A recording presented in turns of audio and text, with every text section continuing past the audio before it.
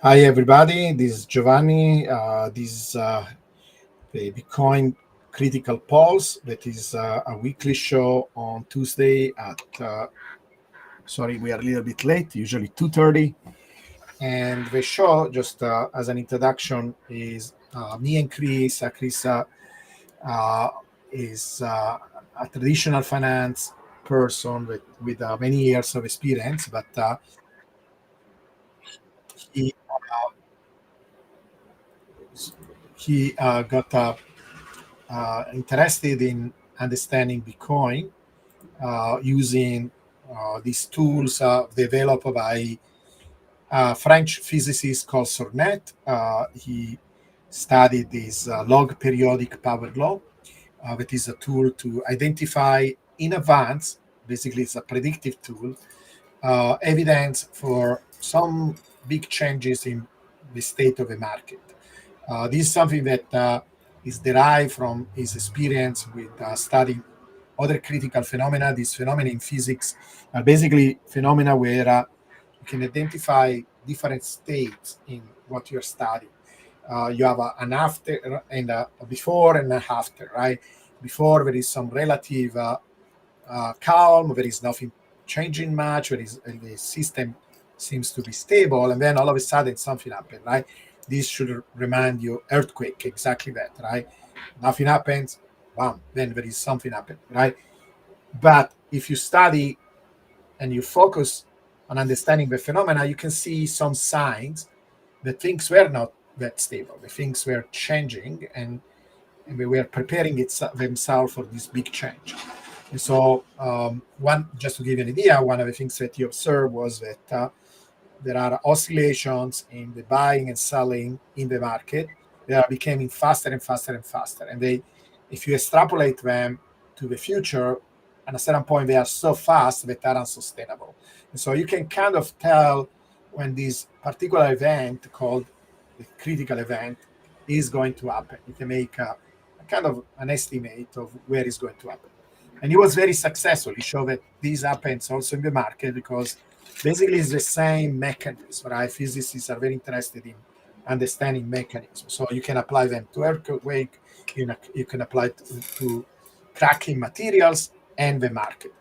And I studied the work. I was going to try to see if we could apply to Bitcoin, but I want also to have a practical tool that people could use, right? Not just something complicated that you can calculate offline. Is there a way of making it, for example, into a trading view indicator? And I knew that it was a challenge because trading view has a lot of computational limitations. But just in case, I look for somebody that could do it, maybe has done it, maybe finding some workaround. And this is how I met Chris. And I was very surprised because he had a very, very beautiful description of the indicator, what the indicator is about, and this entire idea of this critical phenomena in finance. It seemed almost written by a physicist. So I was surprised that actually Chris is not a physicist. So this is a compliment to Chris. And so we started to work together. Show me his indicator. We are, compromise using TradingView limitations and work them around. But basically, they do a very, very good job in bringing the spirit and the ideas of this approach in a very practical manner that actually people can use. So this is what the show is about. We discuss these tools, introduce them to people. We then analyze the market, show how useful they are to understand where we are, uh, and giving suggestions to people on how to use the tools. Later, we are going to show you our website where you actually can subscribe to use some of these tools. We will discuss it at the end of the show. But first, Chris wants to make sure that you understand this is not financial advising. It's just educational tools. Go ahead, Chris, please. Thanks, Giovanni. Thanks, everyone. Not trading advice, not financial advice. It's for educational purposes only. Trading involves risk. Past performance is not a guarantee of future performance. The disclaimer's been up for a while. You've all read it, so we can move along. Very good. Okay, so this has been a weird time because we've known for a while that early to mid-September was one of these critical time periods for the log periodic power law. And we were sort of waiting for something to happen, but we weren't seeing the sort of classic agitated movement in price that you tend to get in the lead up to one of these critical time events. And we haven't had the usual sorts of signals manifest that you'd expect to see that would go along with it. Instead, we've had this kind of sideways movement with a little bit of direction, since last week to the upside. But it's not been clear. It hasn't been a good, clean, strong move. It's been back and forth. And I think a lot of people are a little bit frustrated that we haven't had some resolution here. So let's just do a quick recap. And you'll see on the chart, this red candle is where we were when we last spoke. And at that time, price was below this pulse LPP, LCP. We produced two lines with this critical pulse tool, the static and the pulse. The static being the slower moving one, and the pulse being the more reactive variant. And we were sitting right here. And at the time, I mentioned that sometimes when price crosses through the pulse, it gives us a sense of the direction that the market is likely to head. Well, we did have a cross a couple of days later, as you can see, but then we stalled and came back under, and now we're trying to push back through. So this lack of resolution, with any sort of definitive strength has been what's frustrating. And we had thought that, we might get some clarity from lower timeframes, but a couple of interesting things did happen. And on Tuesday, on this Thursday, Friday, we had an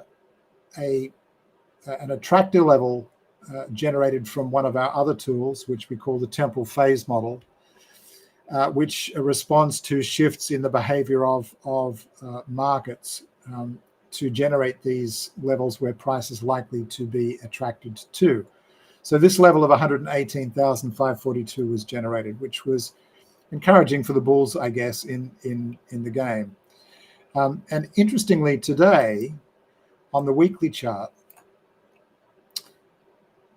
an attractor at 123,414 was generated.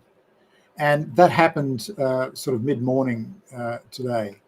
So this is hot off the press. This is a new attractor level suggesting that there's more upside to the market on a weekly basis. Now, you'll notice also that we still have a valid attractor down here at 96,000 on the weekly basis. And these attractors remain valid until they're invalidated. And that means that there has to be price activity that causes this number to be eliminated and replaced with something else. In this case, it would be a level to the upside. So if price were to move on up to this higher level at 123,000, then there's a chance that this lower level would be invalidated and a higher attractor would be generated, replacing this P2 at 96,000. So this is all starting to get some form about it. And where it becomes more interesting is when we start looking at the lower timeframes, which is what we have here. So we have 8 timeframes from 5, 15, 30 minutes through 1, 2, 4, 8 hours and daily. And we've already spoken about the daily here showing 118,000. But what you notice with each of these lower timeframes is that for the first time in a while, we're starting to get attractors stacked to the upside. And it started earlier in the day with levels of the low 116,000s being targeted all the way up to 117,000, 117,007, 117,006, 117,005. So when that starts to happen, and you also get confirmatory movements from both the static and the pulse in some of these timeframes, it's all suggesting that price is starting to resolve to the upside. And then if we go back to the daily, which we have here, you'll see this state table at the bottom of the page here, which is showing the 1, 2, 4, 6, 8 hour daily, weekly, monthly state. And all this table is doing is replicating in sort of color-coded format what the static and the pulse are doing for these different timeframes that are noted here. And you can see that they've all started to move into bullish territory. So they're all stacking in the same direction. Some of the other tools that we have that we're using, this one here, which is the scale convergence overlay, does a similar thing. We look how it resolves through different time frames and at the sort of micro, meso, and macro level, and they're all turning positive. So on balance, these are things that are all starting to suggest that we might get resolution to the upside. But in reality, the thing that's kind of interesting is that tomorrow is when the Fed announces what it's going to be doing with interest rates. It's probably going to be cutting by 25 basis points. That's what everyone is expecting. Those who are a little more bullish are expecting 50 basis points, although that may be hard for them to justify given the retail sales numbers that came out today. It would be sending a message that would probably confuse people a little bit if they went 50 basis points, but 25 is what's expected. But were it to be something other than 25 basis points, I think that would be a catalyst for movement in markets. And that could be what sets us off to the races here tomorrow. Remains to be seen. It's not a prediction. It's just the reality. We have this event tomorrow that's likely to cause some action, and that's coinciding with these moves that I've just described occurring at different time frames. One of the other things that I did when we were having this sort of period in the doldrums to try and understand what was going on was look at some of the tools that we're using in addition to the LPPLCP, the static and the pulse. But some of the other tools that we're releasing, we have this one with the yellow bands, which is called the core line. And it establishes attractor levels that the market's drawn towards, and it kind of either absorbs all of its energy and repulses price back towards a more central attractor, or price overwhelms it and actually powers through. And it's analogous to the osmotic process in a cell wall or an energy transfer type thing. And it uses a couple of different methodologies drawn from different scientific disciplines. Similarly, the scale convergence overlay is really designed to respond to shifting structural influences in the market.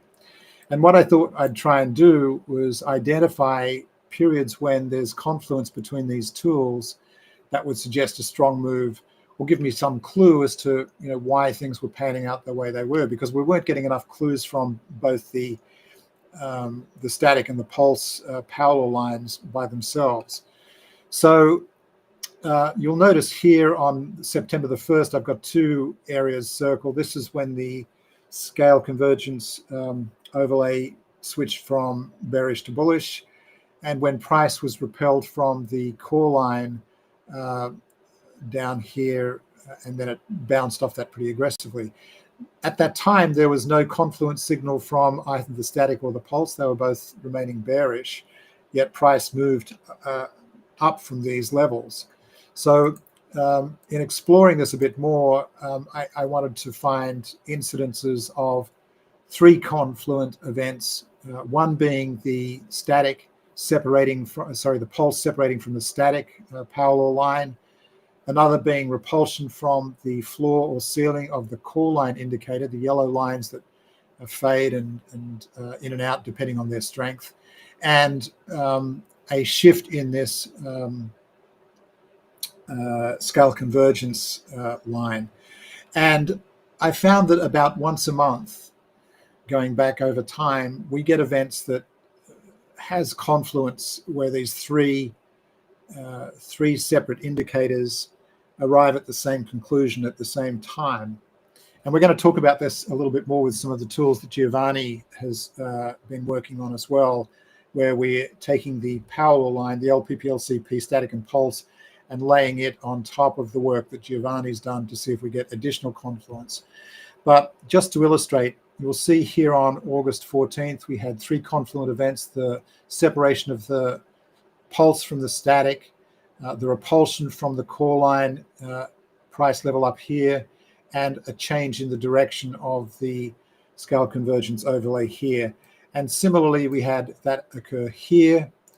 We had it occur here on June 24th, on May 22nd, April 8th, and so on back in time. This happens again and again, approximately every 4 weeks or so, give or take. Sometimes it's 3 weeks or 2 weeks, sometimes it's 6 weeks or 8 weeks, but these three things seem to be very, very powerful, and it's something that we're going to be doing a bit more work on to try and understand. But when three totally separate methodologies grounded in different scientific disciplines reach the same conclusion, that's when we start to get a bit excited.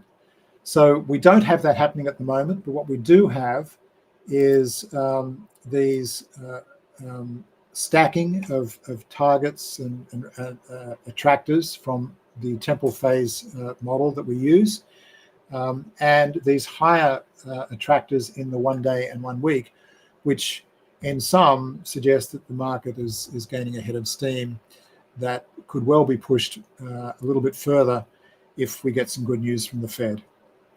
So I'm going to leave it there, and I think, Giovanni, this is a good time to go and have a look at some of the tools that you've been using and developing, and how the LPPLCP, static and pulse, work in conjunction with that new tool of yours.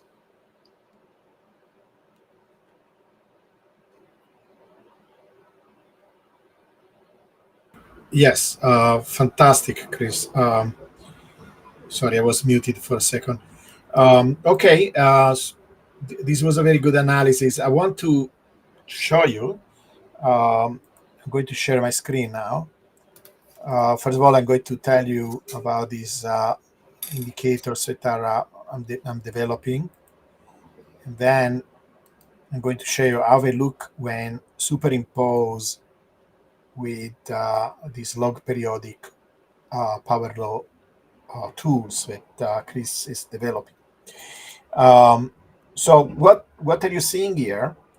Let me explain what I do. So this is I already work on this particular topic, but I'm going to make it kind of a central thesis around the power law.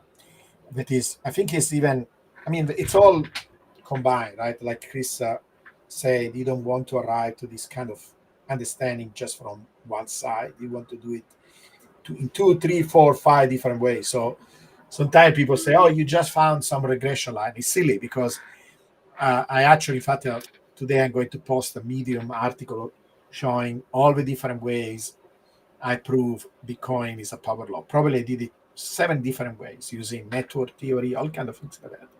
But one of the latest powerful ways is we look at the returns. It is a classical parameter that people study when they publish papers in finance.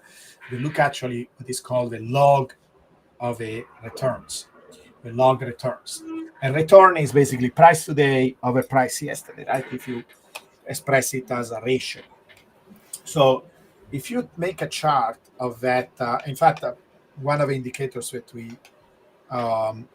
we have in our set of power law indicators, you can subscribe to them through Patreon, is a chart of the returns. You can see how the returns look in time. So if you do a moving average of these returns, you're going to see very clearly they are decaying. These are the famous diminishing returns that we mention all the time in Bitcoin. It's not just that the peak are becoming smaller in the cycles, but the entire returns. If you calculate the annual return 10 years ago versus today, it's different. In 10 years, for example, the returns right now, we are around 45% a year, are going to be like 22%. In 20 years, they are going to be 17%. It's actually, they are diminishing, but this process is also slowing down. So it's not a good parameter because it changes in times, these returns of Bitcoin. Is there a way of finding a parameter that has been stable, right? One could say, well, the power law is stable, but it per se is not a statistical quantity. So if you take the returns and you divide it but what is expected to be the returns of Bitcoin in time from this theoretical formula.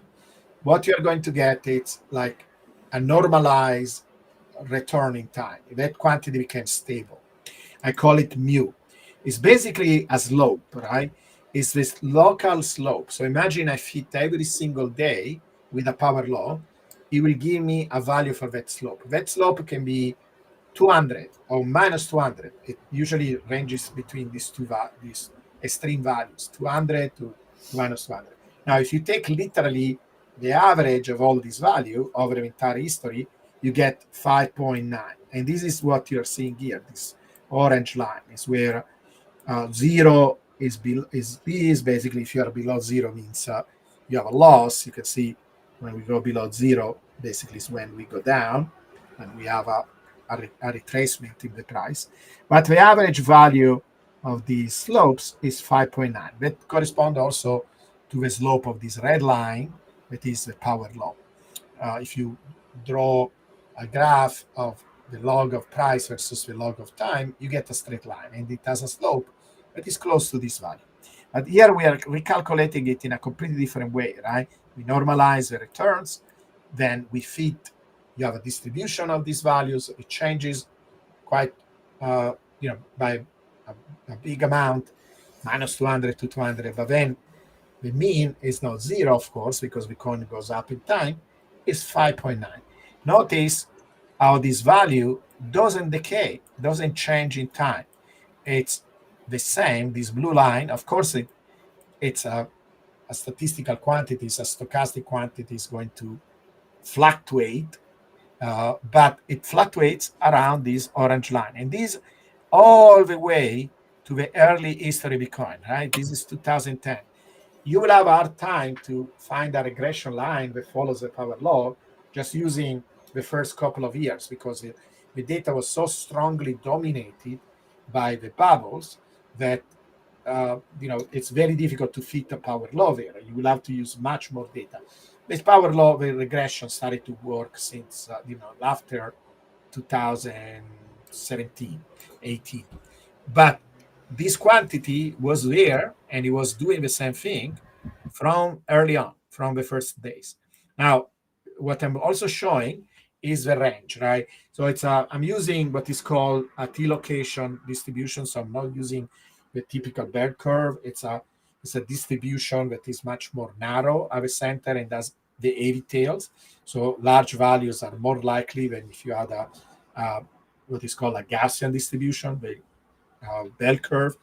So I'm using the proper distribution that seems to be a very good fit to the data. And here I'm showing the equivalent of sigma. So plus sigma and minus sigma. You can see the variation, right? The changes during the bubble. Let me see if I can show you the real data here. See, when we have a bubble, this quantity mu starts to spike. Sigma also spikes. You see here, one of the earliest bubble, another bubble here, it goes up.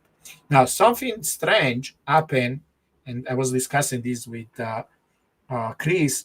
We need to explore this. Why, after 2017, see this how this green line also fluctuated with the plus one sigma, but it kind of stays stable around a single average value, right? Around maybe 45, something like that. Then actually, we can say 70. In 2017, just before the bubble or during the bubble, there was a huge big jump. And then you see how it stays stable, right? Around this value that is about kind of 86 or something. So since then, of course, during the bubble, it starts to go up, but you see in average, it's stable over time. So basically, this means that, the 2017 event is here. Here is the second bubble that we had. So it jumped and it stayed around 186, right, in average. So it's pretty cool because this means that Bitcoin has basically done the same thing for 8 years in a row. So mu has been stable for 16 years, but the sigma, so the variability of this fluctuation jump, it is actually counterintuitive because many people think that Bitcoin is more, is less volatile now.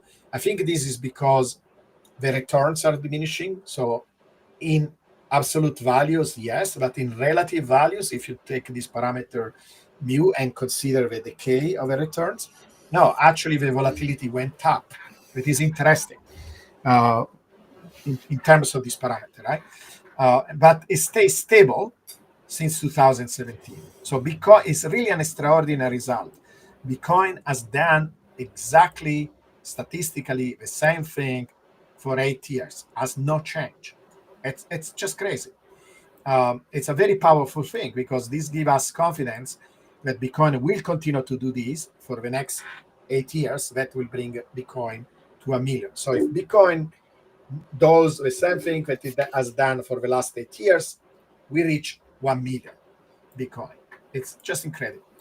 Anyway, so what you can do to use this parameter in a practical manner, you can calculate this quantity, the same quantity mu, that is basically the mean of a distribution, on a much smaller scale. Here, before, the blue line was calculated over a period of 30 days.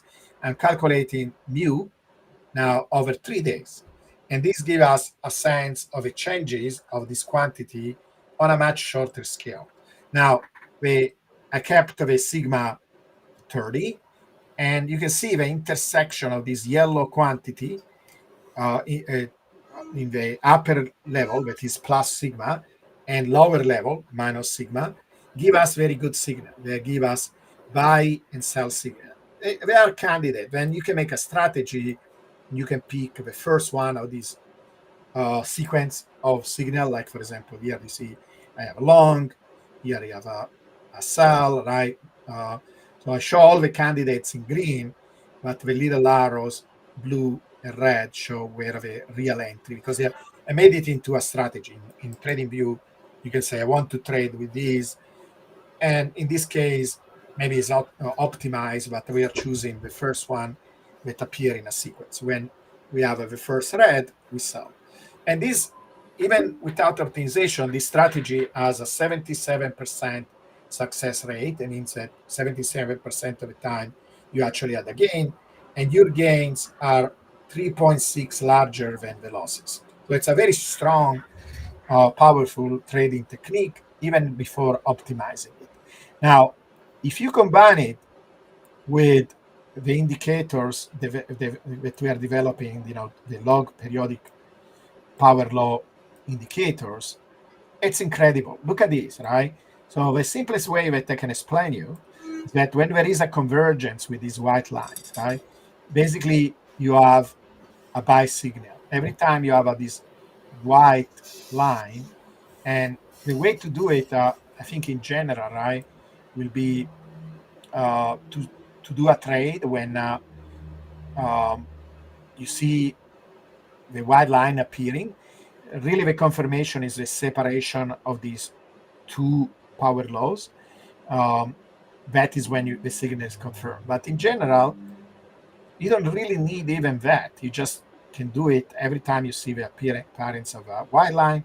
That is when basically something is changing the market. And if we are going down, what can it change? Well, we are going up, right? So you know in which direction it can happen. Like here, for example, you see it identified a local maxima, here identify a local minima. We are in perfect agreement here that this was a good buying place. It's the local minima of this change here. And this will have been a good selling point. It could have waited for the end of this white signal of a divergence of a two lines that happen actually all the way here. So combining them together, and Chris can correct me about this, right? Because he knows how to interpret this signal together, but much better. But it's really a powerful combination, and we're going to work in making them combine even better.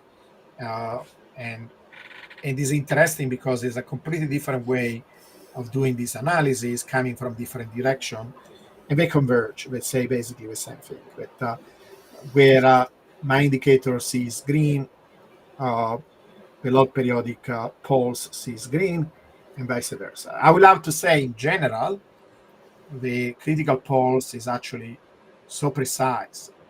It's actually finding the peaks and the bottom with even higher precision. But there is something about combining different indicators that are really coming to the same conclusion from completely different places and making them work together. This is what we are going to do next in improving even more these tools. Chris, do you want to comment on this? Yeah. So this is something that Giovanni and I have just really started working on recently. The confluence of signals from these two tools, and there's a lot to it because the relationship of the static and the pulse and price, whether one is above the other, two, any two are above another, the slope, the degree of separation, the width of one from the other, all those various combinations and permutations, of which there are a very large number, needs to be refined down to sort of quality signals. And there are certain things that that we look for, and you can see in Giovanni's chart there. I'm not sure what it is. I guess it's maybe around April. You can see the green dot there, Giovanni. Yeah. You can just blow that area up a little bit. April 1st. Yeah, you can just expand that a little bit so we can see it. Yeah. What you'll notice is that the pulse has separated quite aggressively from the static and is accelerating away from the static fairly powerfully. So very early on, when that separation occurred, and you have the confluence of the signal from Giovanni's methodology, that's looking like a very promising set of coincidences that could be traded quite well. Yeah, and you can see what happens here, right? So basically, the short-term scale distribution went so far away from what is usual, right? Because you can see here, for example, it's telling us, okay, minus 148 in terms of a value of this slope, local slope. It's a pretty high value. And we start to deviate strongly from that, right? So we kind of cross it. That means it's a mean returning process. And Bitcoin, remember, the power law is an attractor. It says, I'm going too far away from the power law. I want to go back to it, And you can see this is exactly where this minima can be found. So if you have these two together, you're starting to improve your conviction that something is happening. These indicators are firing, say, listen, the market is ready for a change. You know exactly what kind of change, because where are we going back? We only can go up, right? Because went too far down. And once you have a conversion of these, I mean, it's amazing, right? This was 76, and we knew, all the indicators say we are going too far. We are going to correct. It will have been a very, if you, and what will you have done? Again, options, right? You could do options. You could buy option. This will have been a great place for a call, with maybe IBIT or whatever. Or you can buy futures. You can buy a future contract, maybe with some kind of a leverage. Don't do anything stupid, like 100 per leverage. Do a 5 per leverage, and you could have cashed in here and made serious money that you could have used, because on exchanges like, by the way, Coinbase is testing futures contracts soon. There is a beta testing, so this will be also something that people from the United States can do more easily, because we cannot access a lot of the exchanges like Bybit and so on, given to the stupid regulation we have. Sorry if I say that. It's now a vice, right? So I can express my opinion. These are stupid regulation. Hopefully they change. But Coinbase is starting to have future contracts. And so you could buy a future contract with some leverage, 5 pair, for example, and cash in here. Even if you cashed in here because you wanted to go with the first white line, you say, I want to go with whenever the white line appears, you will have cash in here. Pretty good gain. Now, you could have waited for the separation of a two pulses, right? And then you could have cashed in here instead, right? It is still amazing.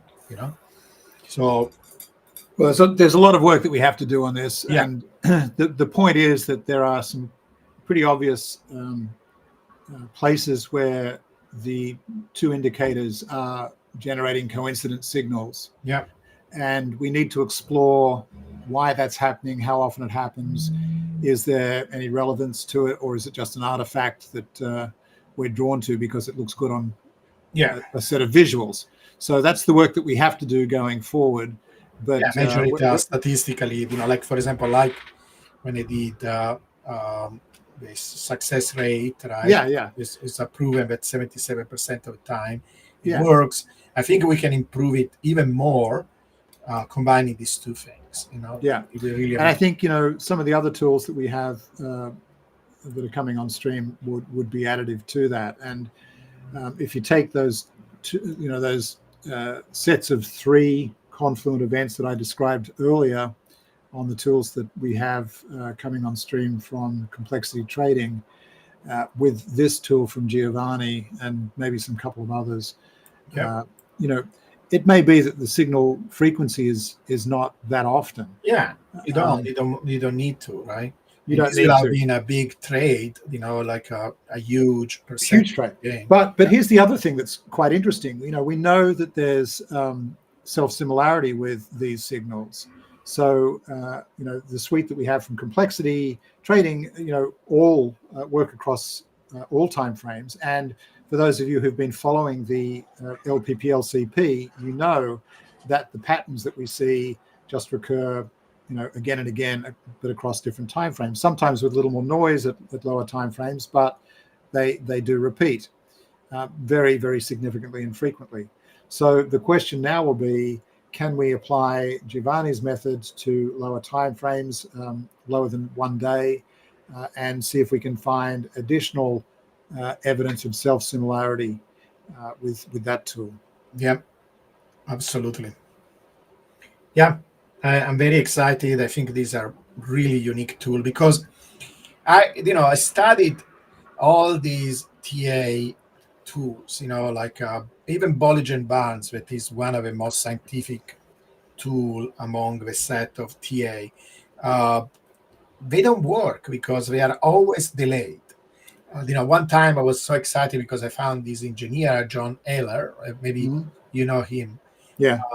He wrote a bunch of books like, trading for rocket scientists, etc. I say, okay, finally somebody that is bringing some scientific rigor to this approach. And he did some interesting things, like looking, like, for example, 50% of my dissertation was in this field called signal analysis. That is basically what I'm a physicist, but I did some applied physics, so I had to understand what is called signal analysis. It is Fourier transforms and time series. That was the topic of my 50% of my dissertation. The other one was theoretical astrophysics on neutron stars. I did both, right, because I wanted to be knowledgeable about both fields. And Heller brought that terminology from signal analysis to trading. So he talks about a very, very scientific language, but it still doesn't go away from this thing where you still have delays, and look, in communication, in signal processing, you always have delays. Now, it depends if you're looking at signal in real time. You cannot eliminate this delay. You have to live with it. But, you can still work with what you have. With trading, it's almost a deadly thing because if you are, it makes a big difference to determine if a signal is here. Like, look at this. This is when you will have acted, maybe 1 day later if you wanted confirmation from these two curves separating. But it makes a big difference if you do it here or over there, right? If you do it over there, you Sure. lost 50% of the potential of this trade. And this is what is my experience with all these TA indicators. We have such big delays that by Well, the time the signal is confirmed, it's basically over, and so there is no, you cannot act on them really efficiently. well, it's I agree with you. I don't have a lot of time for technical analysis. We've spoken about this before, but the reality is that almost all technical analysis is price based, and price is these days an artifact of structure. It's the footprint left behind everything that goes before. Exactly. And the tools that we're using now that we're trying to bring to Main Street from Wall Street are tools that look underneath the hood and understand when the fractures are occurring in the structure that causes price to stack in a particular way, or move in a particular way, or break in a particular way. Right. And none of those tools are used in traditional technical analysis. So when you get stacking of or coincident signals in technical analysis, it's again stacking of signals on an artifact of something that's already discoverable. But that's not what it's using. It's not using the discoverable piece. It's using the footprint of the discoverable piece. Absolutely. So it's delayed. It will always be delayed, and it will continue to, ultimately vanish into irrelevance. Yeah. Okay, very good. Let's see if we have some questions. Classical Italian. It was late. Yes, my fault. So what do you think about this network question? I mean, to me, it seems like, you need to define network, because we're sort of mixing fundamental forces of nature here with a man-made protocol. Yeah, so it turns out almost all the law of nature, like a huge big number of them, but it's a long list, including gravity, because gravity basically it works in this way, right? You take if you want to calculate the gravity between two objects, that every object has gravity, even two bottles attract each other. We don't feel it because it's so small, and friction in my hands is so big that overcomes these attractions. But if I put this in space, they're going to come close over some amount of time. Not even, I remember, I think if you put I hope those are vitamins. They are vitamins, yes. So if you put them 1 meter along, I don't remember the calculation, half an hour before they touch or something like that. But the main equation says multiply the mass and divide it by the square of distance. That is a power law. Electromagnetism has the same equation, basically multiply the charges divided by the distance square. Power law. How much light is emitted by an object that is glowing, right? If you have the sun, but also if you see the filament in a bulb, how much light is emitted is proportional to the temperature to the fourth power. It's called the Stefan Boltzmann law. Power laws. Now the question is, if there is some link between network properties and power laws, because they tend to organize themselves. In particular, if you have like a node that is called preferential attachment. If you have a node that is very strong, like for example some whale, in the market, or somebody that has a lot of influence, because it's not just buyers that matter, also influencers. Like the show is a node, where you have many more people linked to us than everybody else linked to each other, right? The system will tend to show power law properties. The number of users grow like a power law. For example, the internet itself grew as a power law of 3. Bitcoin grows as a power law of 3 in terms of the users. It's crazy. Viruses spread like the power law of 3. So a lot of processes, right? With the force of nature, it's possible that they are network too. Like we don't know, maybe how gravity expresses itself is a network. And there are some people, like for example, Wolfram, he's developing this idea that all the laws of nature are coming from the network of all the possible allow laws, and then some of them are selected, all the possible rules, right? He has like a diagrams where you look at all the possible rules, and they form a network. I don't have a book here. I can show you next time. It's fantastic. So he has these ideas where he's trying to derive the laws of nature. In fact, he has a derivation of how gravity works using network theory. It's an indication that it is possible. Everything around us is a network, including the most fundamental law of nature. But we are not there yet, right? It's mostly very abstract ideas. Somebody's trying to show that, yes, you can, by developing a network theory of the laws of nature, you can derive gravity, electromagnetism, and so on. And that will be fantastic, because then Bitcoin is another of these expression of how nature works that prefers power law. Power laws are really the only function that has this scaling property, and scaling is everywhere around us. So we don't know. We don't know if they are power laws, and we don't know if the laws of nature are due to some kind of underlying network of possibility, let's say, or the fabric of reality that maybe is a network. We don't know. There are some proposal that is the case. So it's very interesting. But in general, what I will say is that these power laws show up everywhere. As far as I know, Bitcoin is the only asset that has these long-lasting power laws. Sornet shows that when you are close to a critical event, you see power laws also in normal financial assets. You can apply these things, these tools, to gold, to stocks, to any other assets, because just before a critical event, the price tends to be a power law. And that, again, is another thing that we observe in nature, that power laws are expressed in the phenomena. Just to give you an example, maybe we can move forward after this.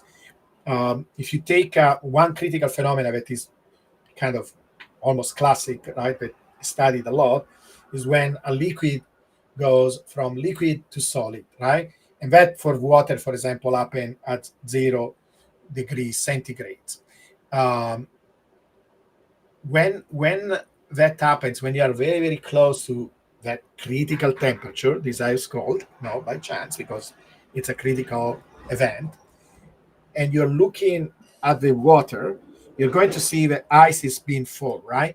Now, people study this, and if you zoom in with a microscope and you make a graph of the size of these clusters, and you put that size on the x-axis, and then you calculate, by counting, etc., statistically, how many of these clusters there are with that size, what you're going to see is a power law. There are a lot, you're going to have a lot of small little cluster, few large ones that you actually can see with your eye, and they organize themselves like a power law. You can take the log of a size versus the log of a quantity for each size.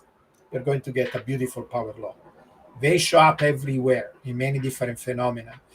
When you go from liquid to gas, when you go from liquid to solid, the fog itself that you're seeing is why, for example, milk is white. Is exactly because of that. If you look at all the different particles of milk, you're going to see large particles, small particles. They are scaled up, and that scaling then block the light. That is why you see why milk or fog are not transparent, right? So that is beautiful. But when physicists find stuff like that, they go crazy. Like this is why Sornet work is so relevant, because it applies to earthquake, it applies to crack, it's applied to the market. We call this principle universality, where many different things that seem very different behave in a similar fashion. Of course, with differences, because the market is not exactly like an earthquake, but it has similar properties. So it's a very powerful approach, and this is one of the things I'm trying to teach people and make them see Bitcoin in a different way, because it has properties that other assets don't.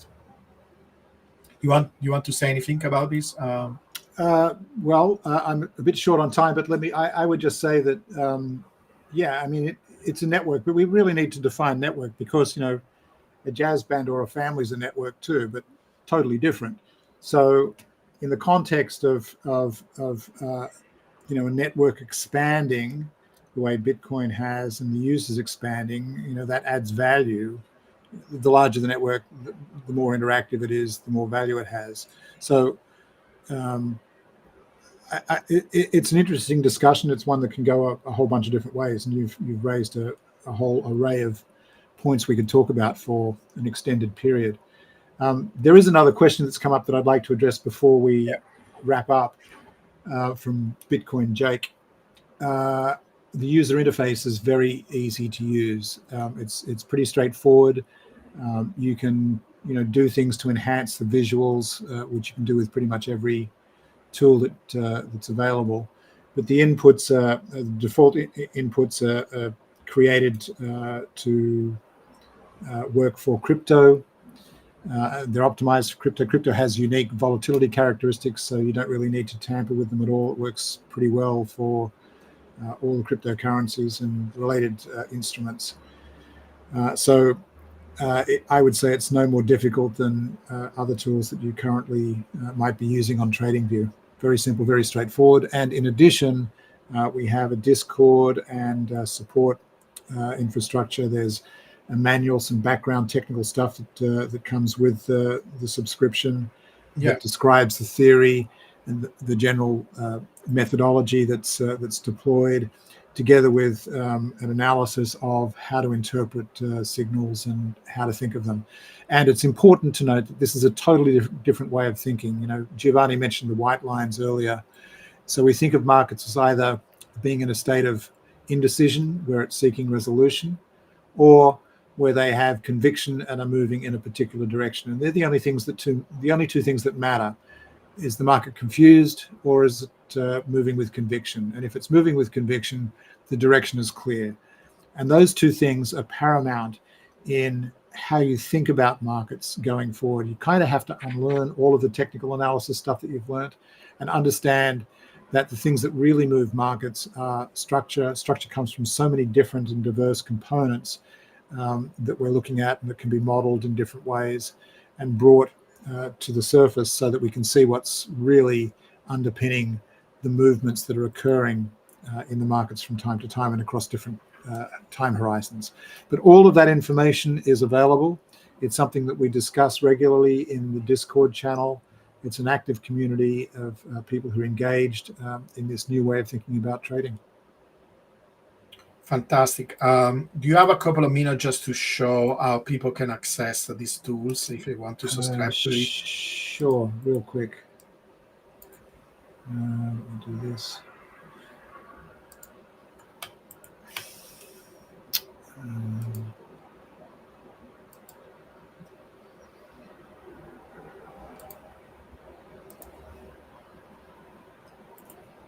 Okay. So if you go to the website, which is complexitytrading.ai, you'll come to this page. If you put your email address in up here, you'll get access to our newsletter, which is free. The first edition of that went out this past week. Yeah, by the way, please subscribe. It's free, right? So if you want to keep updated and so on about our progress, subscribe to the newsletter. And then Chris mentioned, we just sent the first issue a few days ago. And then if you scroll down, you'll come to, there's a little bit of information about what we think and what we're doing. But this section here describes the various tools that are being released. The first one that's out is this one, the log periodic parallel or critical pulse. And it's the one that was profiled in Giovanni's tool just now. And just click on it, And so you click on it, you get this little prompt that comes up, and you can learn more about it. So it tells you a bit more information about what it is and what it isn't. And you can click the subscribe button, and it takes you into this area where we take all your information and process the transaction.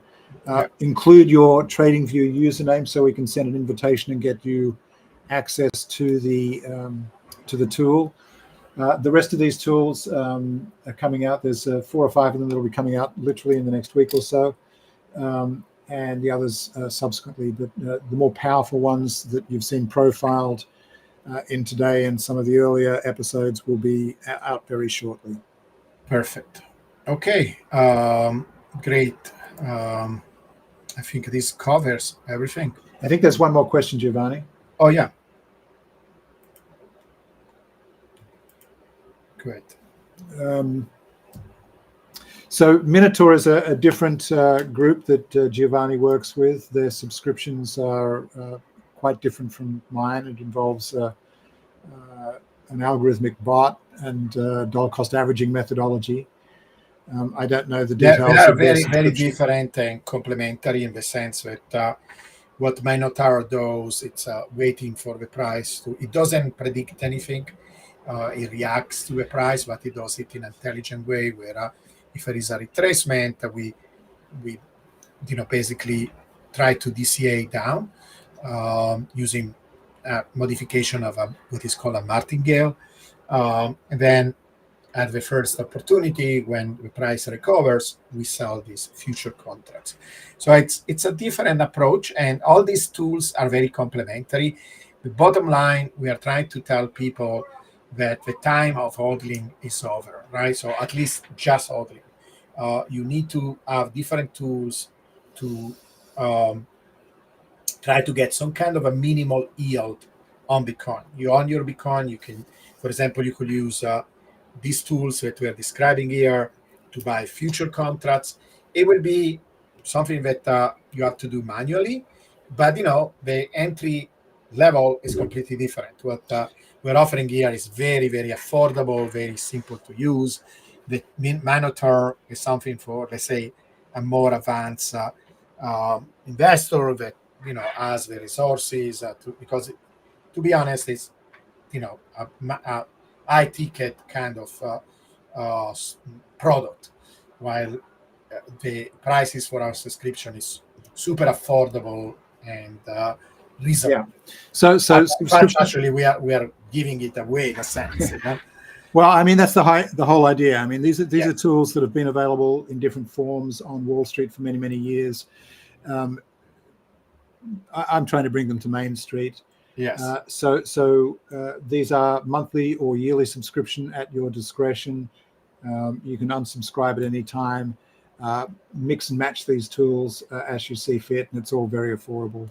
The LPP/LCPs, $105 monthly or $1,000 a year, and there's a group of people already actively using this. We're not distributing this massively. It's very controlled early distribution, so we can respond and make sure that we've got the rollout working the way people want it to work. So very interactive with users, and a number of those users are working to include the signals from this suite of tools into their bots and their various trading algorithms that they use. And eventually we could develop our own bots based on this strategy. We are now there. We want to make sure that we have a very strong signal that converges with other, and then later we can look into making it an automated strategy, right? Yeah, very, very simple. If you're a user of TradingView, you can generate signals. A signal can be total walk in the park. They can be automated with using 3 commas or something like that. Yeah. Then we will see if there is like Coinbase maybe can be connected to it. But these are things that are we are thinking about them, but eventually we will develop. Okay.